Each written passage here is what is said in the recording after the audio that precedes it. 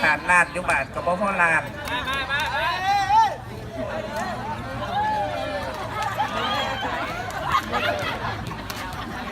อุ้ยกินย่างมากเป็นบอคือสมแต่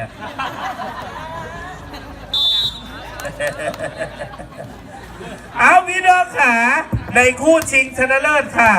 นะคะขอต้อนรับท่านในอำเภอขอต้อนรับท่านแขกผู้มีเกียรติที่เคารพทุกท่าน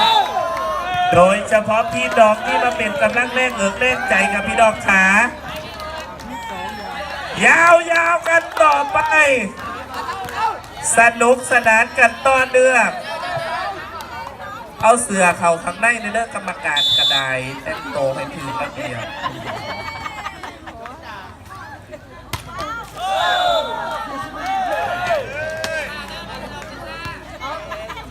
พิธีกรไม่ต้องห่วงนะคะคะแนนโหวตจาก1900 1900 191ค่ะบอกว่าให้พิธีกรมาอีกนะคะ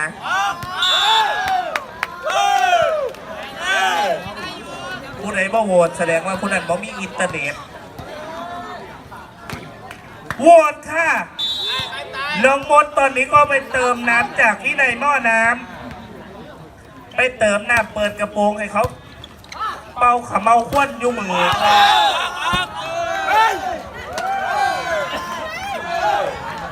แฟนน้องโฟมไปไหนคะอ้าวพี่น้องฟังท่านอีกกระมวลกระซืนค่ะพี่น้องขาสนุกสนานกันต่อเนื่องคู่ชิงชนะเลิศ1 ปีมี1 เทือโอ้ย1 ปีมี1 ครั้งปีหนึ่งมี1 ครั้งค่ะนะคะดันครั้งได้เจอกับน้องโฟกับน้องมดค่ะไปพ่อกัน2 ปีที่แล้วอยู่ที่งานกาชาดอุบลราชธานีไปเป็นพิธีขอนยูบอมัชฉากาชาติสรุปว่าอบจ.ลุกพุ่นค่ะเขาบอกว่ามัดจับบอมัชฉาค่ะก็แห่เมื่อวานพิธีก่อนปีนี้มาเจอกันที่พิบูลมังสาหาร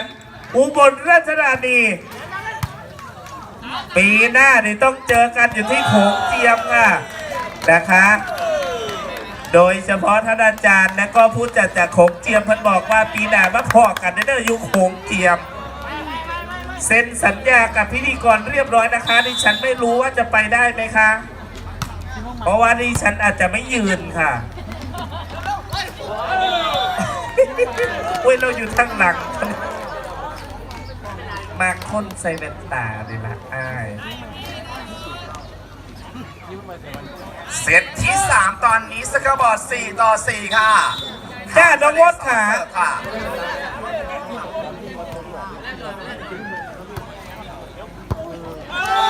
โดยเฉพาะหมู่ว่านนี่นะคะเมื่อวานพี่อีทโปงลางสะออนค่ะนะคะขอบพระคุณค่ะให้น้องโฟกับน้องมดไปร่วมถ่ายทำไลฟ์สดเฟซบุ๊กค่ะนะคะกับรายการแซ่บอีหลีอย่างของเพื่อนนี่แหละครับพี่น้องขาคุณอีทโปงลางสะออนมาที่พิบูลมังสาหารไปไล่สดกับพี่อีทกับพี่น้องนะคะขอบพระคุณค่ะเลิศตัวพี่น้องรับชมรับเชียร์ค่ะทางช่องแฟนเพจทางช่อง YouTube อ้าวว่าจะเป็นตีแกมาเป็นคะแนนของขามทะเลสอค่ะขามทะเลสอตีดีได้แต้มค่ะพี่น้องขาตีลูกในแดนของทนายพีรพัฒน์น้องโต้เสิร์ฟค่ะ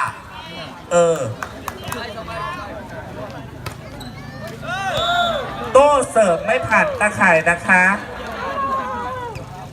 น้องโต้เสิร์ฟน้องโป่งภาค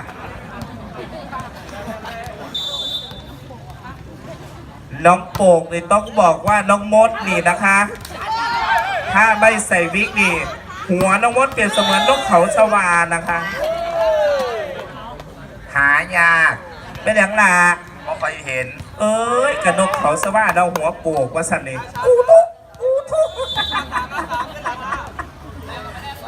ถ้าได้พีรพัฒน์เสิร์ฟอ้าวใครจะเป็นใครตีลูกนี้ยังรองได้ถ้าได้พีรพัฒน์อ้าวโอ้ คะแนนของขามทะเลสอค่ะ มัดฟงไปแล้วค่ะพี่ดอกขาขามทะเลสอนี่17 หมายเลข 9 ค่ะน้องอมค่ะ 18ปีต่ออแต่แอ ฝากชมฝากเชียร์ด้วยค่ะสำหรับขามทะเลสอพิทยาค่ะ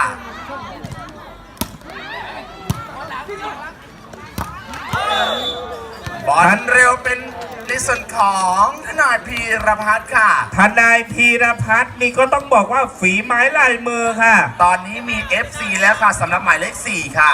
FC กับแม่บอก เขาถาม ว่า เขาอยาก โอ้เขาถามว่าหนองมดใส่วีกบอ เขาอยากจัก อยากมุด เสีย อง ยาก ยังน้ แมนอ้าวพี่น้องแฟนค่ะแฟนเพจค่ะพี่น้องขาฮักนะพี่บูดตอนนี้ผู้ชมเกือบ10,000 คนเลยค่ะพี่น้องขา ำชอบกดไลค์ ส ช่วย ด กดแชร์ค่ะ แมนรับชมสดๆในครูชิงชนะเลิศค่ะชิงชนะเลิศ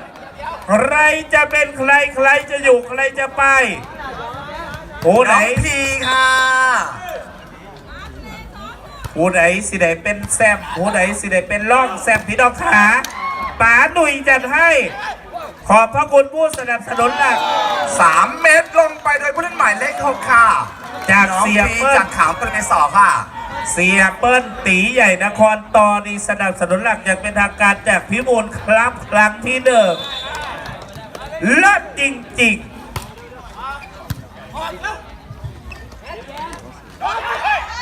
เบาๆยังได้อยู่ขามทะเลสอบังหาผู้เล่นค่ะ ขามทะเลสอต้องบอกทุ่มทุนสร้างทนายตีขามทะเลสอกันเล็กกระดอนยังลงมาได้ทนายพีรพัฒน์ลูกนี้ว่าไงทนายตียังไม่ตายยังไม่ตายยังอยู่เอาทนายตี ยั เอา งยอมได้สำหรับขามทะเลสอค่ะ ยัง เบาๆ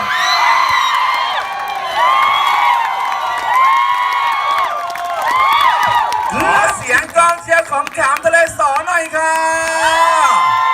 เสียงกองเชียร์ทนายพีรพัฒน์แน่ผู้ไหนว่าพี่ก่อนเลิศขอเสียงแน่ผู้ไหนโฮผู้ไหน ไหลลงไปค่ะผู้เล่นหมายเลข 8 ค่ะ ค่ะ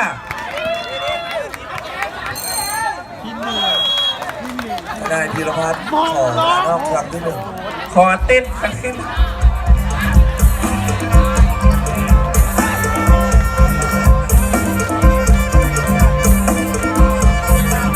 เอ๊ะ เปิดมันออกมาโอ้เป็นจ้าตั้งตาพึ่งรอมาปีนี้นอยังคงสื่อตรงเสมอขอบคุณแฟนคลับที่ยังรออยากเจอที่พอดแน่เด้อผู้เบาบนคนเมืองน้ำมูลจากบ้านรถลายรอทวีชัยผู้มีใจบุญท่านมีบุญคุณกับผมอบรมสั่งสอนไม่ให้โอกาสมอบบทบาททุกบททุกตอนก็ไม่แรมร้อนอยู่อีกกินดีไม่บารมีต่อเจ้าพี่น้องเจ้า หมด เว้นจะไกลหาอะไรไฟ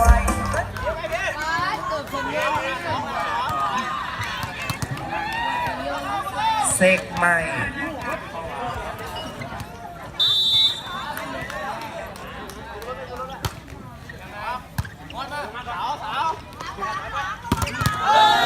เอาแล้วค่ะพี่น้องค่ะสกอร์บอร์ดก็ต้องไปต่อเนื่องคะแนน สำหรับคู่ชิงค่ะ แมนผู้ซิ่งสนันเลิศผู้ใดสิได้เป็นไผ ในเซตที่ 3 ค่ะ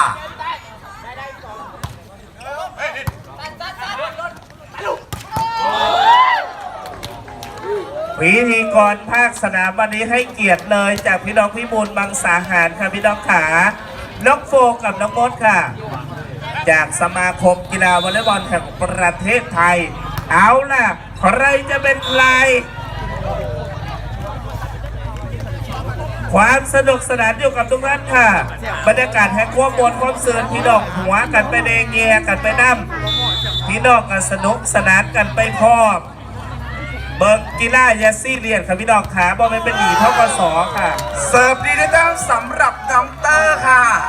ห ดิ มาย ฉัน เลข11จากขามทะเลสอพิทยาค่ะ ดิฉันก็บอเป็นพี่น้องทกศดอกแต่ว่าเกิดขึ้นว่าเมดิฉันซื้ออยู่ทกศบุญ ย่ายดิเขาหน้าไปฝากเขาไปขามทะเลสอเสิร์ฟดี เสิร์ฟดี แน่ ดิจิตอลค่ะ เอาแล้วค่ะ ให้เว้าซะ ว่า อีฉันเห็นประเทศเกาหลีใต้ ว่าไหน เสิร์ฟใส่ไทยแบบนี้ล่ะค่ะ โอ้ย เป็นเสิร์ฟโดยตรง เขาเสิร์ฟเลิศขึ้นอย่างหนึ่งตัว 5 ลูก เออ อันโบเนเซียไผ่เล่าสู่ฟัง ธนาธีรพัฒน์ขอเป็นตัวหมายเลข 2 ออกหมายเลข 13 เข้า จ้า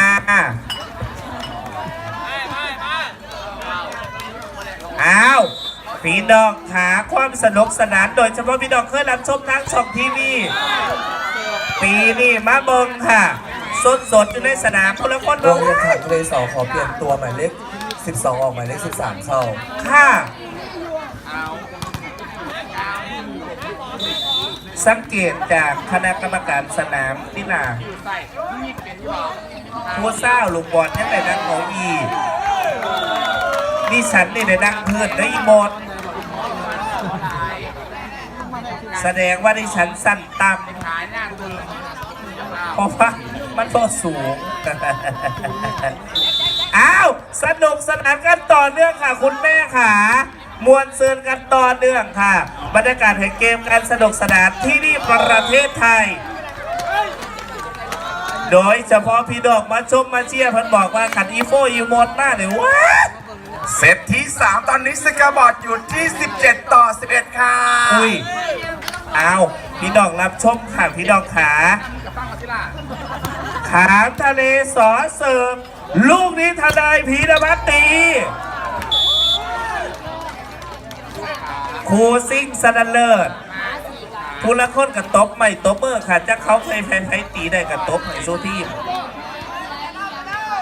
ดิฉันก็บอกเข้าใจ อ้าวยังร้องได้ตี ว่ายังไงขามทะเลสอตี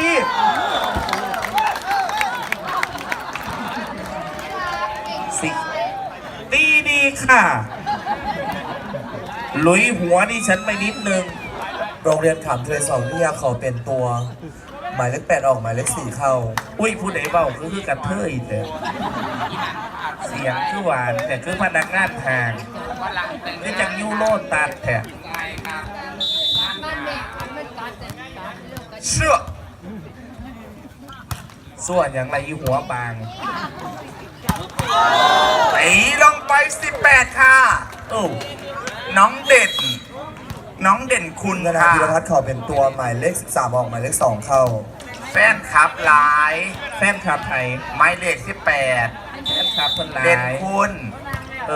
อพันทุ่ม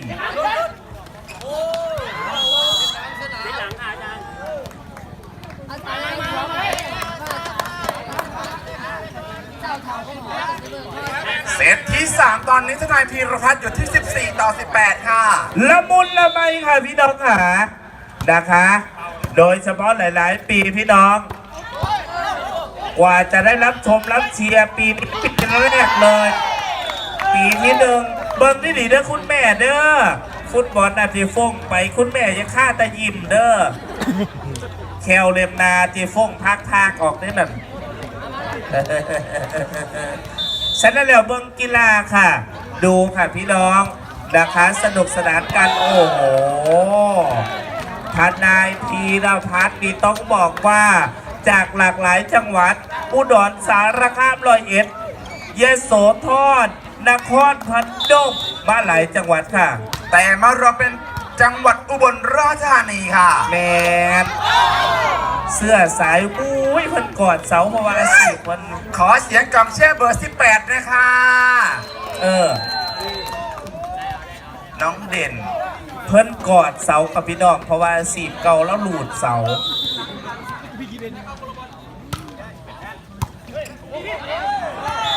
เสียจังหวะการเปิดบอลเร่จากเพื่อนของ ะเลสอค่ะ เลิศค่ะ โบค่ะ อ้าวไปกันต่อเนื่องโอ้ยปากเอารถอีหยังมาหาดิฉันนี่คือสูบมาทางหน้าดิฉันข้างแทนปากโอ้ยเก็บขยะอันนี้ อ่อนเร็วเนอร์ตาข่ายสำหรับหมายเลข11ค่ะ อันนี้ว่าเป็นขยะธรรมดาเด้อนี่เด้อนั่งอยู่นี่นั่นขยะสังคมเนี่ยตัวสิสุกรถว่าเกียรติฉันค่ะพี่ดอมขาเผาบ่ใหม่เด้อแต่ไฟใหม่กูยังบ่ตายว้า ยังเสิร์ฟดีได้แต้มค่ะ ขออนุญาตนิดนึงค่ะ โดยเฉพาะบรรยากาศของการภาคสนามค่ะพี่น้องขา หมายเลข9น้องโอมค่ะ บรรยากาศแห่งข้อมูลความซื่นพลคนมาว้ายมาเว้าเพ้อแท้พลคนบอกว่ามาเว้าบ่ดีแท้พะนาอ้าวเฮ็ดใส่ใจหลายคู่หลายคนมันบ่ได้ขนมบดขา ค่ะ คนละคนมากคนละคนบ่มากผู้ใดบ่มากกับเมื่อนอนค่ะ สำหรับน้องๆขามทะเลสอชุดนี้ค่ะ ผู้ใดมากกับนั่ง อายุไม่เกิน 18 ปีค่ะ ฝากติดตามด้วยนะคะ แหมเป็นตาออนซ่อนอ้าวพี่น้อง เบาๆจากพีรพัฒน์ค่ะ วังหันได้รับโทรศัพท์จากผอทางหลวงขอนแก่นเพิ่นบอกว่ามา เป็นมาอุบล เพิ่นมาอุบลกับพี่น้องค่ะท่านผอสอนะคะจากทางหลวงชนบทขอนแก่น บอลเร็วค่ะ หมายเลข 11 ค่ะ จากขามทะเลสอค่ะ อยากให้น้องโฟกับน้องมดไปโซ่อยุตะวันเดกอุบลพนโอ้ยจ้างแต่ว่าเป็นหมื่นบ่ไปบ่ได้ครับพี่น้องเพราะว่าดิฉันหนาเงิน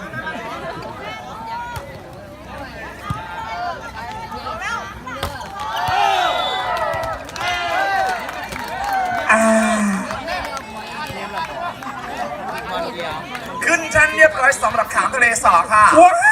จะปิดแมตช์นี้ได้หรือเปล่าสำหรับพี่บุญครับครั้งที่ 1 ค่ะ อ้าวบัก ไปไม่ผ่านบล็อกของขามทะเลสอค่ะ ค่ะในเซตที่ 3 โรงเรียนขามทะเลสอเอาชนะทนายพีรพัฒน์ด้วยสกอร์ 25-18 สรุปผลการแข่งขันโรงเรียนขามทะเลสอชนะ 3-4 เซต ขอบพระคุณค่ะ เอาละค่ะเราคงจะมอบหน้าที่ในส่วนของพิธีกรภาคสนามค่ะ คุณพี่อย่าเพิ่งไปไหนนะคะ เรามีของสัมมนาคุณให้กับท่านผู้ชมผู้เชียร์ค่ะ คุณแม่ค่ะหลังจากมอบรางวัลแล้วนะคะมีเครื่องซักผ้ามีเครื่องซักผ้าค่ะที่จะมอบให้กับทุกท่านค่ะก็เป็นแนวเสียบปลั๊กในเครื่องซักผ้าเครื่องกันละมั่งน้องมดเอาละค่ะเราคงจะเข้าสู่บรรยากาศของพิธีการในการมอบรางวัลนะคะท่านผู้ชมผู้เชียร์ค่ะ เราได้ในส่วนของ